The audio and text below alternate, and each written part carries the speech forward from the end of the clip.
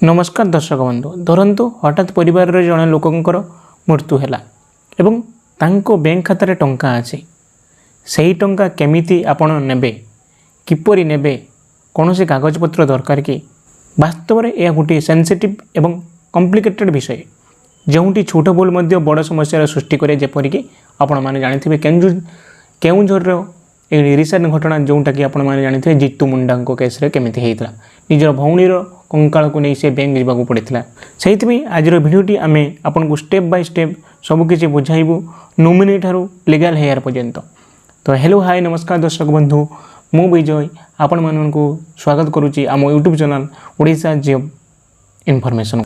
तो आज जो टॉपिकटी रही आपण मैंने केमिति जड़े आपणकर सदस्य को जदि हराउचंती ताहले तांको बैंक अकाउंट रे जदि आपणकर किसी पैसा रही जाइए तो केमिति आपण ताकू आपण को जे भी नॉमिनी वा लीगल हेयर थिबे कि नथिबे केमिति से पैसा को आपण मन नहीं आसीबे तार रिलेटेड ए भिडियोटी। तेणु ए भिडियोटी को शेष पर्यंत देखंतु कारण यह आपण परिवार पई बहुत दरकारी हो पारे। कारण आपण माने जानिथिए जितू मुंडार जो 18,000 टंका ताको पई केते टंका जो महत्वपूर्ण। तो चलंतु आज भिडियो रे आमे डिस्कशन करिया। फर्स्ट ऑफ ऑल आमे नॉमिनेशन कौन जानिबा। प्रथमे आसंतु एक बहुत जरूरी शब्द बुझा नॉमिनी। नॉमिनी माने जते बेले आपण बैंक रे खाता खोलंती ना सेते बेले आपण जने व्यक्ति को नॉमिनी करि पारंती। किंतु एठी एक बड़ भ्रम अछि नॉमिनी होउचंती टंकार मालिक नुहे से केवल टंकार रक्षक माने से कहूचे टंकार मालिक एठी किए ना जहाँ को ना रे खाता खोलाई सी हूँ टंकार मालिक। एटी रक्षक माने जते बेले तांको अनुपस्थित रे ये तांको से पैसा को नहीं पारे ताहले कौन ट्रस्टी रक्षक बैंक केवल टंका नॉमिनी को देता है किंतु असली अधिकारी थाए लीगल हेयर मानकर। बैंक किंतु टंका क्या देता है केवल नॉमिनी व्यक्ति जो व्यक्ति खाता खोल सी जहाँ को चाहिए नॉमिनी रखिपारे किंतु असल लीगल हेयर हूँ क्यों माने जो असल अधिकार जे माने जो तांकर लीगल हेयर संपर्क जो कहुए लीगल हेयर से अधिकार अच्छे किंतु नॉमिनी को पैसा दि जाए कहीं जो व्यक्ति खाता खोली सी चाहूँगी अनुपस्थित रे माने सी नथिबा समय ही पैसा मिले।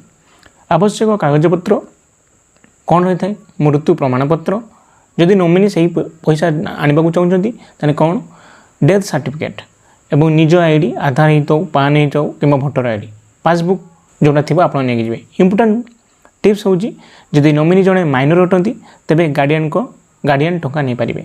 जदि नॉमिनी माइनर माने 18 वर्ष कम तांकर जे गार्डियन अच्छी सी आसी पैसाटा नहीं पारे। कौन पाई कहगला ये गार्डियन नहीं पारे कारण नॉमिनी पान कार्ड न थाए बेले बेले न थाए कारण 18 वर्ष हो नए तेणुक गार्डियन सहित नॉमिनी आसी पैसा नहीं। जदि नॉमिनी थिबो ए केसटी हो पारे जदि नॉमिनी नथिबो कौन हो पार एबे धरंतु नॉमिनी ना जोटा कि आपण मैंने जानी जितू मुंडा केस होता एबे धरंतु नॉमिनी ना ताहले कौन हे यह को दुई भाग में बुझा सहज।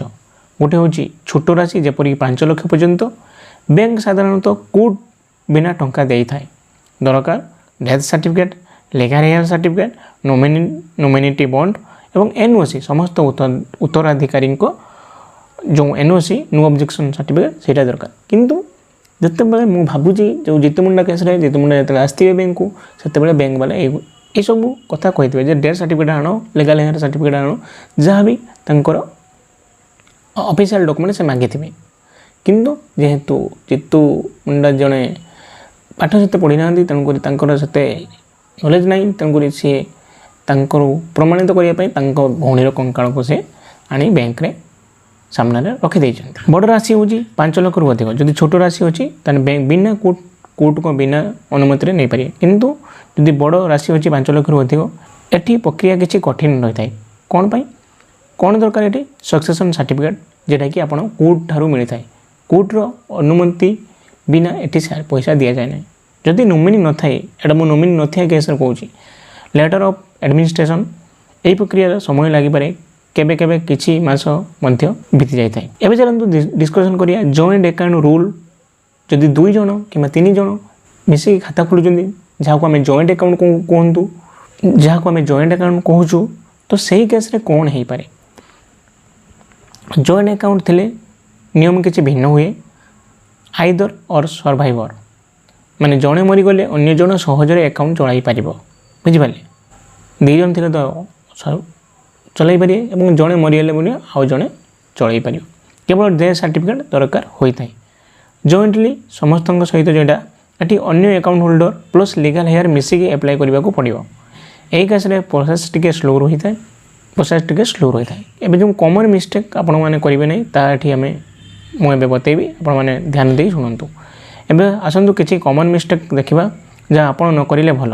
ବ୍ୟାଙ୍କକୁ ସୂଚନା ଡେରି ଦେଇଦେବା। ଯଦି ଆପଣ ଯାହା ବି ଲୋକ ମରିଯାଉଛନ୍ତି, ଯଦି ଆପଣ ବ୍ୟାଙ୍କକୁ ଡେରିରେ ସୂଚନା ଦେଉଛନ୍ତି ତାହେଲେ ମଧ୍ୟ ପଇସା ନେବାରେ ଅସୁବିଧା ହୋଇଥାଏ। କିନ୍ତୁ ଯେତେବେଳେ ଆପଣମାନଙ୍କର କିଏ ବି ଲିଗାଲ୍ ହେୟାର ମରିଯାଉଛନ୍ତି ତାହେଲେ ଆପଣ ଯିବେ ବ୍ୟାଙ୍କରେ ତୁରନ୍ତ ସୂଚନା ଦିଅନ୍ତୁ। ନୋମିନି ଅପଡ଼େଟ୍ ନ କରିବା। ନୋମିନି ଯେତେବେଳେ ଆପଣ ଖାତା ଖୋଲୁଛନ୍ତି ସେତେବେଳେ ଆପଣ ନୋମିନି ରଖନ୍ତୁ। ନୋମିନି ଯାହାଦ୍ୱାରା ପରବର୍ତ୍ତୀ ସମୟରେ ଅସୁବିଧା ହେବ ନାହିଁ। ATMରୁ ଟଙ୍କା ଉଠାଇବା। ମୃତ ବ୍ୟକ୍ତିଙ୍କ ATM ବ୍ୟବହାର କରିବା ଇଲିଗାଲ୍ ହୋଇପାରେ।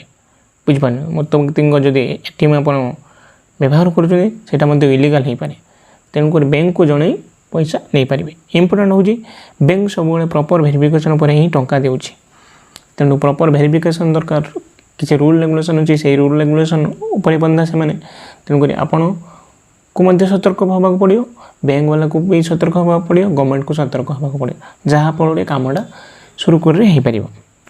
ସଂକ୍ଷେପରେ କହିବାକୁ ଗଲେ ପ୍ରଥମେ ବ୍ୟାଙ୍କକୁ ସୂଚନା ଦିଅନ୍ତୁ, ସଠିକ୍ ଡକୁମେଣ୍ଟ ତିଆରି କରନ୍ତୁ ଏବଂ ମ୍ୟାନେଜର ସହିତ ଡାଇରେକ୍ଟଲି କଥା ହୁଅନ୍ତୁ। ଏବଂ ସବୁଠାରୁ ଜରୁରୀ ହେଉଛି ଆଜି ହିଁ ନିଜ ଖାତାରେ ନୋମିନି ଅଛି କି ନାହିଁ ଚେକ୍ କରନ୍ତୁ। ଭିଡ଼ିଓଟି ୟୁଜଫୁଲ୍ ଲାଗିଥିଲେ ପ୍ଲିଜ୍ ଲାଇକ୍ କରନ୍ତୁ, ଆପଣଙ୍କ ପରିବାର ସହ ମଧ୍ୟ ସେୟାର କରନ୍ତୁ ଏବଂ ଚ୍ୟାନେଲକୁ ସବସ୍କ୍ରାଇବ୍ କରିବାକୁ ଭୁଲନ୍ତୁ ନାହିଁ। ଏବଂ ଆପଣଙ୍କ ପରିସ୍ଥିତି ଯେମିତି ଜିତୁମୁଣ୍ଡାଙ୍କ ସହିତ ହେଲା ସେମିତି ନ ହେଉ, ତେଣୁକରି ଆପଣ ଧ୍ୟାନ ଦେଇ ଏହିସବୁକୁ ଆପଣ ସୁଧାରି ନିଅନ୍ତୁ। ବ୍ୟାଙ୍କକୁ ଯାଆନ୍ତୁ, ଯଦି କିଛି ପ୍ରୋବ୍ଲେମ୍ ରହିଛି ତାହାର ମିଷ୍ଟେକ୍ର ପ୍ରପର୍ ସଲ୍ୟୁସନ୍ ବାହାର କରି ତାକୁ ଠିକ୍ କରାନ୍ତୁ। ତ ଆଜିର ଭିଡ଼ିଓଟି ଆମେ ଡିସ୍କସନ୍ କଲୁ, ଯଦି ଆପଣଙ୍କର ଆକାଉଣ୍ଟ ହୋଲ୍ଡରଙ୍କର ଡେଥ୍ ହୋଇଥାଏ ତ କେମିତି ନୋମିନି ଥିଲେ, ନୋମିନି ନଥିଲେ, ଜଏଣ୍ଟ ଆକାଉଣ୍ଟ ଥିଲେ, ଜଏଣ୍ଟ ଆକାଉଣ୍ଟ ନଥିଲେ, କେମିତି ସେହି ପଇସାକୁ ଆପଣମାନେ ସଠିକ୍ ଉପାୟରେ ନେଇ ଆସିପାରିବେ, କୌଣସି ପ୍ରୋବ୍ଲେମ୍ ହେବ ନାହିଁ, ସେହି ରିଲେଟେଡ଼୍ ଥିଲା। ମୁଁ ଭାବୁଛି ଆଜିର ଭିଡ଼ିଓଟି ଆପଣଙ୍କୁ ପସନ୍ଦ ଆସିଥିବ। ଯଦି ଭଲ ଲାଗିଛି ତାହେଲେ ପ୍ଲିଜ୍ ଲାଇକ୍ ସେୟାର ସବସ୍କ୍ରାଇବ୍ କରିବେ ଏବଂ ଯଦି କିଛି ଡାଉଟ୍ ରହିଥାଏ ତାହେଲେ କମେଣ୍ଟ ବକ୍ସରେ କମେଣ୍ଟ କରିବେ, ମୁଁ ଆପଣଙ୍କ କମେଣ୍ଟର ରିପ୍ଲାଏ ଦେବି। ଏଥିସହିତ ଆଜିର ଭିଡ଼ିଓଟିକୁ ଏଇଠି ଏଣ୍ଡ କରୁଛୁ। ପୁଣି ଦେଖା ହେବ ନେକ୍ସଟ ଭିଡ଼ିଓରେ। Thank you. ଜୟ ଜଗନ୍ନାଥ।